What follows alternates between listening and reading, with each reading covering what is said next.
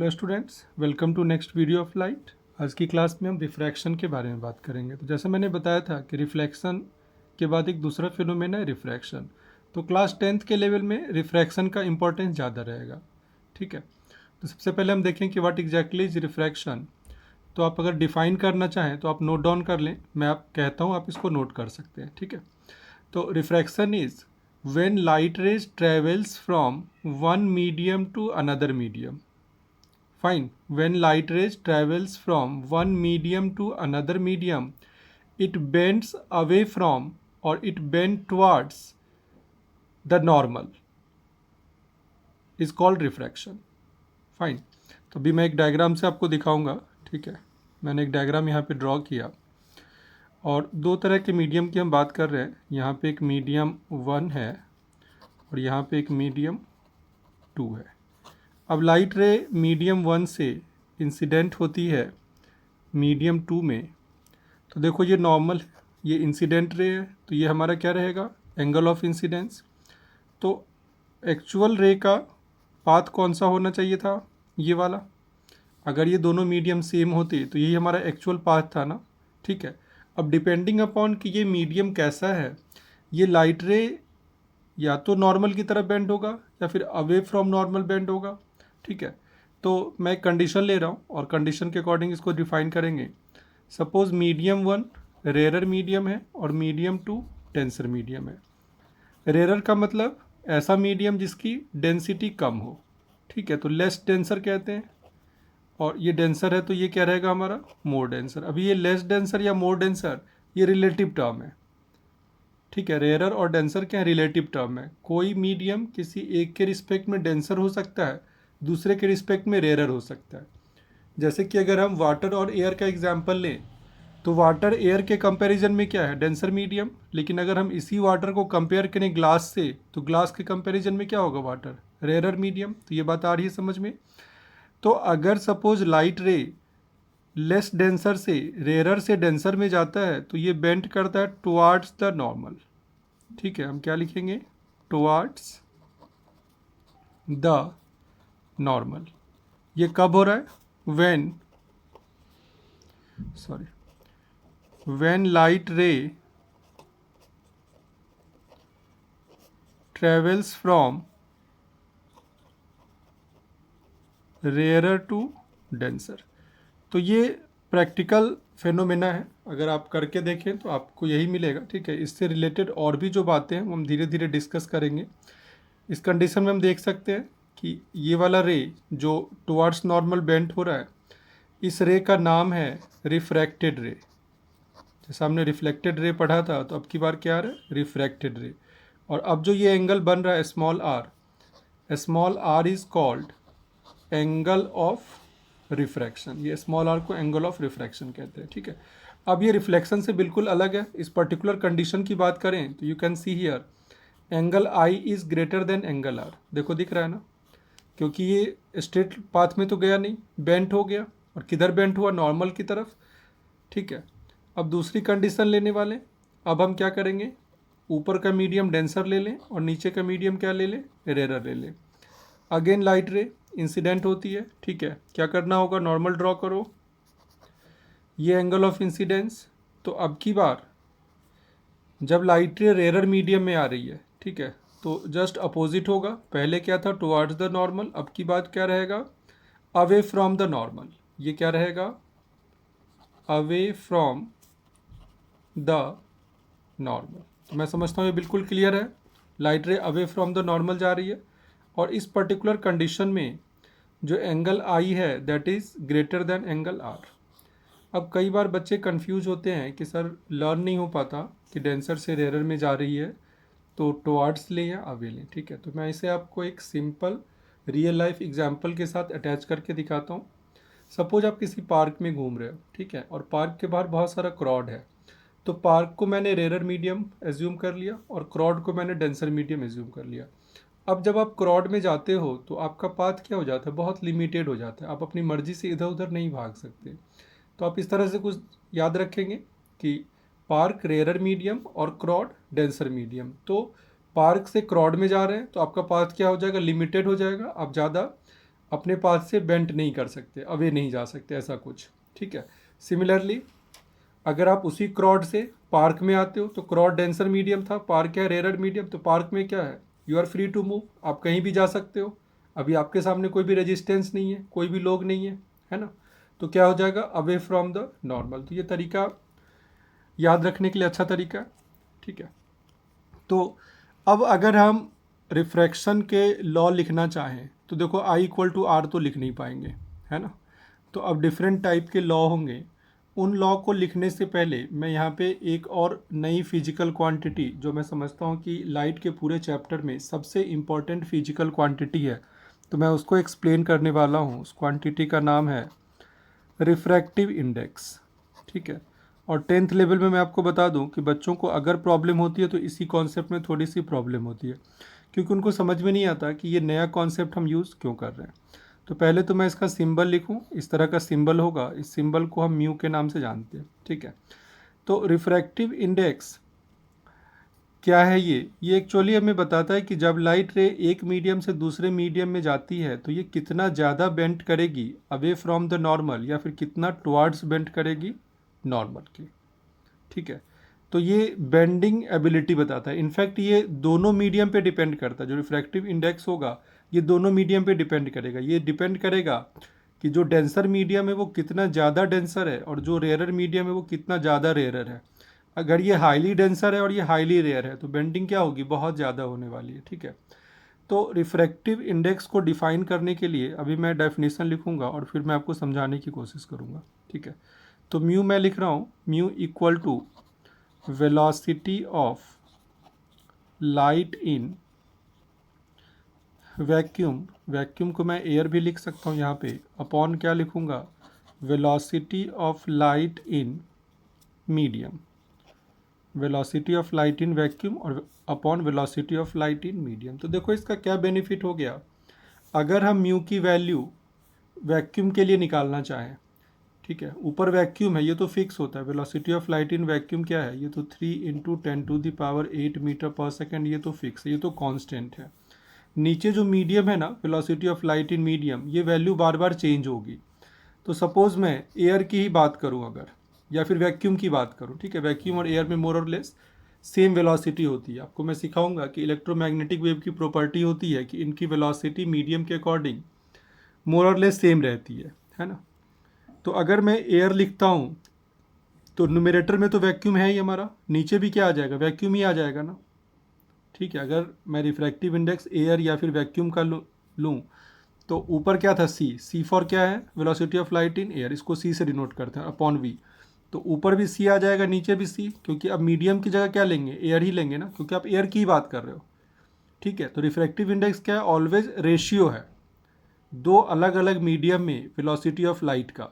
तो अभी दोनों मीडियम आपने क्या ले लिया, एयर ले लिया, तो एयर में इसकी वैल्यू क्या आ गई, 1 आ गई। तो ये रीज़न है कि एयर में आप वैल्यू 1 ला पा रहे हो, यही रीज़न है कि हमने रिफ्रैक्टिव इंडेक्स को इस तरह से डिफ़ाइन किया है। क्योंकि जब मैं अब एयर की जगह यहाँ पे वाटर रखने वाला हूँ तो फिर मैं क्या लिखूँगा, C/V, और V किस में लिखूँगा, वाटर में। अब बताओ velocity of light in air और velocity of light in water, water में इसकी वैल्यू क्या होगी, कुछ तो कम होगी ना, ठीक है। अभी हमें पता है कि यहाँ पे लाइट की वेलोसिटी कम होगी, लेकिन न्यूटन ने जब पढ़ाया था, जब न्यूटन ने बताया था लॉ ऑफ रिफ्रैक्शन, तो उन्होंने क्या बोला था कि डेंसर मीडियम में लाइट की वेलोसिटी ज़्यादा होती है। तो आप इस पॉइंट को बहुत अच्छी तरह समझें कि न्यूटन ने जो भी लॉज दिए थे या न्यूटन ने जो भी रूल्स बताए थे तो उसमें कई सारे गलत थे। तो उसमें से एक गलत रूल लाइट में भी था न्यूटन का, वो क्या था कि उन्होंने बोला था कि डेंसर मीडियम में लाइट की वेलोसिटी क्या होगी, ज़्यादा होगी, और इसी के ऊपर बेस्ड उन्होंने रिफ्रैक्शन को एक्सप्लेन भी किया था। तो अभी हमें पता है कि डेंसर मीडियम में वेलोसिटी क्या होती है, कम होती है। तो न्यूमरेटर ज़्यादा है, न्यूमरेटर क्या है, velocity of light in air, और डिनोमिनेटर क्या है, कम है। तो इफ़ न्यूमरेटर इज लार्ज, जो वैल्यू होगी वो क्या होगी, it must be greater than 1, ऐसा ही होता है ना। सपोज ये 3 है और ये 2 है, तो 3/2 क्या होगा, 1.5, ठीक है। तो हमें पता है कि ये वैल्यू अप्रॉक्सीमेट, मैं एग्जैक्ट वैल्यूज़ नहीं लिख रहा, कोई फर्क मतलब नहीं हमें इस वैल्यू से, मैं रिफ्रैक्टिव इंडेक्स की वैल्यू लिख रहा हूँ वाटर के लिए 1.33। इसी तरह से अगर मैं ग्लास लिखूँ तो अगेन ये क्या हो जाएगा C/V, और ये किस में, वाटर की जगह क्या लिखूँगा, ग्लास। अब देखो ग्लास में वेलोसिटी क्या हो जाएगी, और कम हो जाएगी, तो डिनोमिनेटर और कम हो रहा है, तो डिनोमिनेटर कम होगा तो टोटल वैल्यू क्या होगी, बढ़ के आएगी। तो ये अप्रॉक्सीमेटली 1.42 या डिफरेंट ग्लास के अकॉर्डिंग 1.51 ऐसी भी जाती है, ठीक है। अब रिफ्रैक्टिव इंडेक्स सबसे ज़्यादा है डायमंड के लिए, तो इसीलिए मैं एक स्पेशल केस में डायमंड के लिए आपको बता दूं, ये रिफ्रैक्टिव इंडेक्स 2.42 है। तो डायमंड का रिफ्रैक्टिव इंडेक्स क्या रहेगा, मैक्सिमम रहेगा। तो कुल मिला के रिफ्रैक्टिव इंडेक्स से हमने ये समझा कि हम कुछ नंबर असाइन कर रहे हैं, कुछ वैल्यूज असाइन कर रहे हैं मीडियम को, और वो वैल्यू क्या बता रहा है, वो वैल्यू जितनी ज़्यादा हो रही है वो मीडियम की बेंडिंग कैपेबिलिटी को उतनी ज़्यादा बता रही है। अगर ये वैल्यू जितनी ज़्यादा है, इनफैक्ट ये कंपैरिजन होता है, बट 10th क्लास के लेवल में आप इस तरह से अच्छी तरह समझ सकते हैं कि वैल्यू जितनी ज़्यादा होगी वहाँ पे बेंडिंग कैपेबिलिटी क्या होगी, उतनी ज़्यादा होगी। तो अगर ये डायमंड की वैल्यू सबसे ज़्यादा है 2.42, तो डायमंड की बेंडिंग कैपेबिलिटी क्या होगी, सबसे ज़्यादा होगी। और हम जानते हैं कि डायमंड क्या होता है, कुछ और फिनोमेना भी हैं, आगे आप पढ़ेंगे। एक दूसरा फिनोमेना है टोटल इंटरनल रिफ्लेक्शन, जो डायमंड में होता है, जो डायमंड को इतना स्पार्कलिंग बनाता है, ठीक है। तो वो सब भी हम पढ़ेंगे। तो अभी फ़िलहाल के लिए हमें रिफ्रैक्टिव इंडेक्स कुछ समझ में आया है। अब हम थोड़ा सा रिफ्रैक्शन को समझें कि रिफ्रैक्शन को एक तो न्यूटन ने समझाया था कि डेंसर मीडियम में लाइट की वेलोसिटी क्या होती है, ज़्यादा होती है। अगर ये डेंसर मीडियम है तो यहाँ वेलोसिटी क्या होगी, लाइट की ज़्यादा होगी। बाद में एक दूसरे साइंटिस्ट आए, हुइगेन। मैंने चैप्टर के स्टार्टिंग में आपको कुछ साइंटिस्ट के बारे में बताया, तो उसमें से एक साइंटिस्ट हमारे हुइगेन थे। तो हुइगेन ने लाइट के वेव नेचर को बताया, ठीक है। और उन्होंने बात की वेव फॉर्म की, उन्होंने सिंपल वेव की बात नहीं की, वेव फॉर्म की बात की। वेव फॉर्म के बारे में डिटेल में हम किसी और लेक्चर में डिस्कस करेंगे।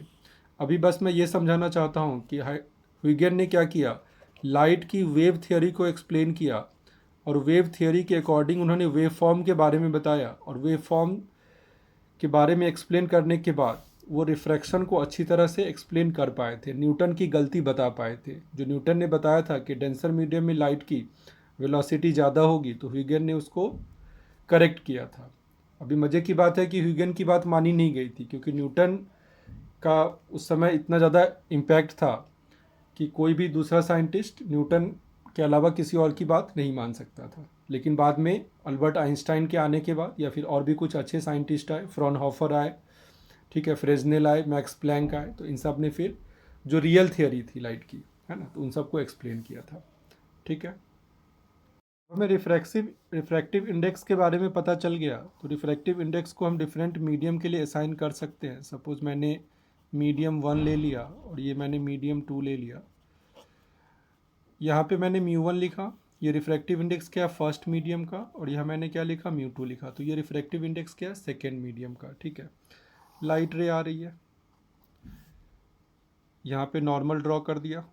ये क्या था, हमारा एंगल ऑफ इंसिडेंस। अब डिपेंडिंग अपॉन कि सेकेंड मीडियम कैसा है, तो चलो एज्यूम कर लेते हैं कि ये हमारा रेयर मीडियम है in comparison to first medium. तो फर्स्ट मीडियम क्या रहेगा, डेंसर रहेगा।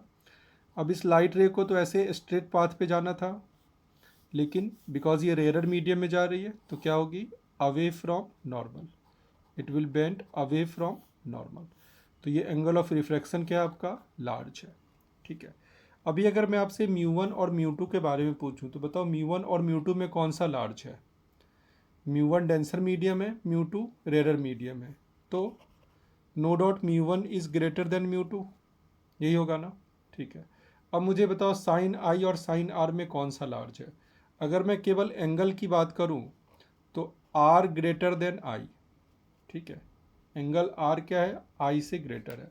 अब साइन की वैल्यू, अगर एंगल लार्ज होता है तो साइन की वैल्यू भी लार्ज होती है। जैसे आपको पता है कि साइन 90 क्या होता है, 1, ठीक है। साइन 0 क्या होता है, 0। साइन 30 1/2, तो 0 से जैसे जैसे आप बढ़ेंगे, साइन 30 क्या आ गया, 1/2 आ गया। साइन 45 1/√2, तो एंगल बढ़ गया तो साइन की वैल्यू भी बढ़ गई। ऐसा हमेशा नहीं होता, बच्चे कंफ्यूज होते हैं सर ऐसा तो कॉस के साथ भी होगा। नहीं, कॉस के साथ उल्टा होता है। अगर एंगल की वैल्यू बढ़ती है तो कॉस थीटा की वैल्यू कम होती है। लेकिन साइन के साथ क्या रहेगा, sine r greater than sine i, ठीक है। वैसे तो ये लॉ है, लेकिन मैं आपको थोड़ा समझाने की भी कोशिश कर रहा हूँ, ठीक है। इस लॉ का एक नाम है, हम इसे कहते हैं स्नेल्स लॉ। और ये रिफ्रैक्शन का सेकेंड लॉ है। तो अभी तो हमने फर्स्ट लॉ डिस्कस नहीं किया, मैं एक साथ दोनों लॉ लिख देता हूँ। फर्स्ट लॉ बहुत ही सिंपल है, फिलहाल हम स्नेल्स लॉ डिस्कस कर रहे हैं। तो स्नेल्स लॉ क्या है, sine of I upon sine of R, ये देखिए दोनों एंगल का रेशियो है इक्वल टू, अभी आई और आर में कौन सा लार्ज है, यहाँ से देखो आर लार्ज है तो डिनोमिनेटर में कौन सा होना चाहिए, लार्ज वाला। इन दोनों में कौन सा लार्ज है, म्यू वन, तो देखो म्यू वन डिनोमिनेटर में आएगा और म्यू टू क्या आएगा, ऊपर आएगा। तो अभी देखिए ये रिवर्स ऑर्डर में है ना, अगर आप एंगल ऐसे ले रहे हो, sine I upon sine R ले रहे हो, तो equal to mu one by mu two नहीं कर रहे, कैसे कर रहे हैं, mu two by mu one. मतलब अगर केवल साइन थीटा का क्या डिपेंडेंस है म्यू के ऊपर बताना हो, तो आप क्या लिखेंगे, one by mu, sine theta is proportional to one by mu, इस तरह से लिखेंगे। क्लियर है। तो कई बार स्नेल्स लॉ को केवल ऐसे भी लिखा जाता है। ठीक है, अब मैं स्नेल्स लॉ को थोड़ा और एक्सप्लेन करूँगा। देखो sine I by sine R, अभी किसी भी मीडियम के लिए आप लिख सकते हैं। आपसे रिक्वेस्ट करूँगा कि आप खुद से इस मीडियम को रेयरर कर दें और इसको डेंसर कर दें, कोई फ़र्क नहीं पड़ता है। जब आप इसको रेयरर करेंगे तो ये एंगल लार्ज होगा और ये स्मॉल होगा, तो इसी तरह से म्यू वन म्यू टू में भी तो डिफरेंस आ जाएगा ना, म्यू वन म्यू टू भी क्या हो जाएगा, चेंज हो जाएगा। तो वैल्यू हमारी यही रहने वाली है। तो फिलहाल हम केवल डेंसर टू रेयरर के लिए समझ रहे हैं, और आप इसको खुद से रेयरर टू डेंसर के लिए करके देखना है ना। अब देखो म्यू टू सेकेंड मीडियम में है, तो सपोज लाइट की वेलोसिटी वी टू हो जाती है, सेकेंड मीडियम में तो वेलोसिटी क्या है वी टू, और फर्स्ट मीडियम में तो वेलोसिटी क्या है वी वन। अब मुझे बताओ म्यू का फॉर्मूला क्या था, अभी भी हमने देखा म्यू का फॉर्मूला क्या है, सी अपॉन वी। तो म्यू टू को क्या लिखेंगे, c upon we two, mu one को क्या लिखेंगे, सी अपॉन वी वन। बताओ लिख सकते हैं, सिंपल है ना, फॉर्मूला लगा दिया रिफ्रैक्टिव इंडेक्स का। तो v one upon we two, c और सी कैंसिल हो गया। अब मुझे बताओ, आपने एक और फॉर्मूला पढ़ा था, V equal to F lambda, पढ़ा था ना, साउंड के चैप्टर में हमने पढ़ा था। तो हम उसी फॉर्मूले को यहाँ पे अप्लाई करने वाले हैं। वी वन को क्या लिखेंगे, एफ लेमडा वन, और वी टू को क्या लिखेंगे, एफ लेमडा टू। अभी यहीं पे ध्यान देना है आपको कि जो फ्रीक्वेंसी है वो सेम है, और आप इसे बिल्कुल नोट डाल के लिख लें। ठीक है, नोट में हम क्या लिखेंगे, frequency of a particular wave और पर्टिकुलर रे इज़ कांस्टेंट। तो ये आपके न्यूमेरिकल में भी बहुत हेल्प करने वाला है। ठीक है, अगर मीडियम चेंज भी हो रहा है तो वेलोसिटी चेंज हो गई, देखिए फर्दर इसको lambda one by lambda two लिखेंगे तो वेवलेंथ भी चेंज हो गया, लेकिन फ्रीक्वेंसी क्या रहने वाली है, कांस्टेंट रहने वाली है। ठीक है, और जब आप इसको कांस्टेंट रखते हो तभी तो आप इसको एक्सप्लेन कर पाओगे। सपोज वी वन बढ़ेगा तो वेवलेंथ बढ़ जाएगा, फ्रीक्वेंसी क्या रहेगी, कांस्टेंट रहेगी। V equal to F lambda लिखते हैं ना, तो इसमें आपने क्या रखा है, एफ को कांस्टेंट रखा है, मतलब हमने रखा नहीं है, एफ होता है, ये किसी वेव की इंट्रिंसिक प्रॉपर्टी होती है। ठीक है, तो ये ऑलवेज कांस्टेंट रहती है। तो अब मैं अगर स्नेल्स लॉ को डिटेल में एक बार मैं फिर से लिख देता हूँ, sine of I upon sine of R equal to mu two upon mu one equal to V one upon we two, और फर्दर हम इसको lambda one upon lambda two. तो जो बच्चे फर्स्ट टाइम देख रहे हैं, ठीक है, मैं आपको बता दूं कि आपको थोड़ी मुश्किल आएगी, लेकिन आप मेरा वीडियो फिर से रिप्ले करके देखो, वो मुश्किल दूर हो जाएगी, आपको पूरा पूरा समझ में आ जाएगा। और 10th के स्टैंडर्ड में बच्चों को सबसे ज़्यादा मुश्किल होती है इसी रिफ्रैक्टिव इंडेक्स को समझने में। अब मैं इसको लिखने का तरीका बताता हूँ। अगर ये इस तरह से लिखा हुआ है म्यू टू वन, या फिर ये इस तरह से लिखा हुआ है, या फिर ये इस तरह से लिखा हुआ है, तीनों सेम ही है। ये तीनों तरीके हो सकते हैं लिखने के, किस बात को लिखने के, रिफ्रैक्टिव इंडेक्स को मैं शॉर्ट में आर आई लिख रहा हूँ, refractive index of medium two, और टू पहले आ रहा है ना, देखिए टू पहले आ रहा है तीनों में, तो refractive index of medium two with respect to, वैसे इसे डब्ल्यू आर टी भी लिखते हैं पर मैं आपके लिए पूरा लिख दे रहा हूँ, with respect to medium one. ठीक है, refractive index of medium two with respect to medium one, और इसको हम कैसे लिखेंगे, mu two by mu one. मतलब अगर ये इस फॉर्मेट में लिखा हुआ है तो आपको बिल्कुल नहीं घबराना है, इसी को आप लिख सकते हैं mu two by mu one. तो आपको समझ में आ रहा होगा कि अगर ऐसा कुछ लिखा है म्यू वन टू, या फिर ऐसा भी लिखा हो सकता है, या फिर ऐसा भी लिखा हो सकता है, इसका मतलब क्या रहेगा, रिफ्रैक्टिव इंडेक्स ऑफ, बताओ, medium one with respect to medium two उल्टा हो गया ना। और अब इसको कैसे लिखेंगे, μ1/μ2। तो कई बार किसी गैस का रिफ्रैक्टिव इंडेक्स वाटर के रिस्पेक्ट में लिखा होगा, तो इसको आप कैसे पढ़ोगे, refractive index of glass with respect to water, तो क्या लिखेंगे, μg/μw। क्लियर है। अब मैं यहीं पे आपको एक छोटा सा क्वेश्चन करके दिखाता हूँ। एक न्यूमेरिकल है μg/w इंटू μwg, इसकी वैल्यू पूछी गई है। ठीक है, तो बताओ ये क्या है, refractive index of glass with respect to water, और ये क्या है, refractive index of water with respect to glass. तो ये glass with respect to water है, तो क्या मैं इसको μg/μw लिखूँ। अब ये भी मैंने समझाया है, आप फिर से पॉज करके या वीडियो स्लो करके देखें। ठीक है, अभी भी मैंने समझाया ये सारा। और इसको क्या लिखे, μw/μg। देखो ये कैंसिल, तो वैल्यू कितनी आ गई, 1 आ गई। क्लियर है। तो ये था रिफ्रैक्टिव इंडेक्स। अब मैं स्टार्टिंग से बात कर रहा था कि लॉ ऑफ रिफ्रैक्शन। तो देखो रिफ्लेक्शन में तो I=R था, यहाँ तो हम ऐसा कुछ कर नहीं सकते। आपने देखा है कि I की वैल्यू एक बार तो R से ज़्यादा होगी और एक बार एंगल ऑफ रिफ्रैक्शन से कम होगी। तो यहाँ पे लॉज कैसे हैं, जो यहाँ पे फर्स्ट लॉ है वो वहाँ का सेकेंड लॉ है। सेकेंड लॉ क्या था, याद है आपको, angle of incidence, angle of reflection and normal should lie in a same plane. ठीक है, तो सेम लॉ रहेगा यहाँ पे, केवल एंगल ऑफ रिफ्लेक्शन को रिप्लेस कर देंगे एंगल ऑफ रिफ्रैक्शन से। तो लॉ क्या लिखेंगे, angle of incidence, normal and angle of refraction should lie in the same plane. तो ये आपका फर्स्ट लॉ हो गया। क्लियर है। अब बिल्कुल अपनी कॉपी में नोट कर लें। ठीक है, मेरी वॉइस क्लियर है, आप इसको इजीली नोट डाउन कर सकते हैं। सेकेंड लॉ क्या है, यही वाला हमारा स्नेल्स लॉ। अब सेकेंड लॉ को स्नेल्स लॉ कह दें और आप इस तरह से उसको एक्सप्लेन करके लिखें। ठीक है, सिंगल मार्क के क्वेश्चन में आप sine theta is inversely proportional to mu लिख सकते हैं, ऐसा भी आप कर सकते हैं। तो डिपेंडिंग अपॉन कि क्वेश्चन कितने मार्क का है, कितने एक्सप्लेनेशन की ज़रूरत है, तो आप इस तरह से उसको नोट डाउन करेंगे। तो रिफ्रैक्शन का बेसिक हमने पढ़ लिया। ठीक है, आज की क्लास में बस इतना ही। नेक्स्ट क्लास में फिर से मिलते हैं, तब तक के लिए thank you so much, all the best.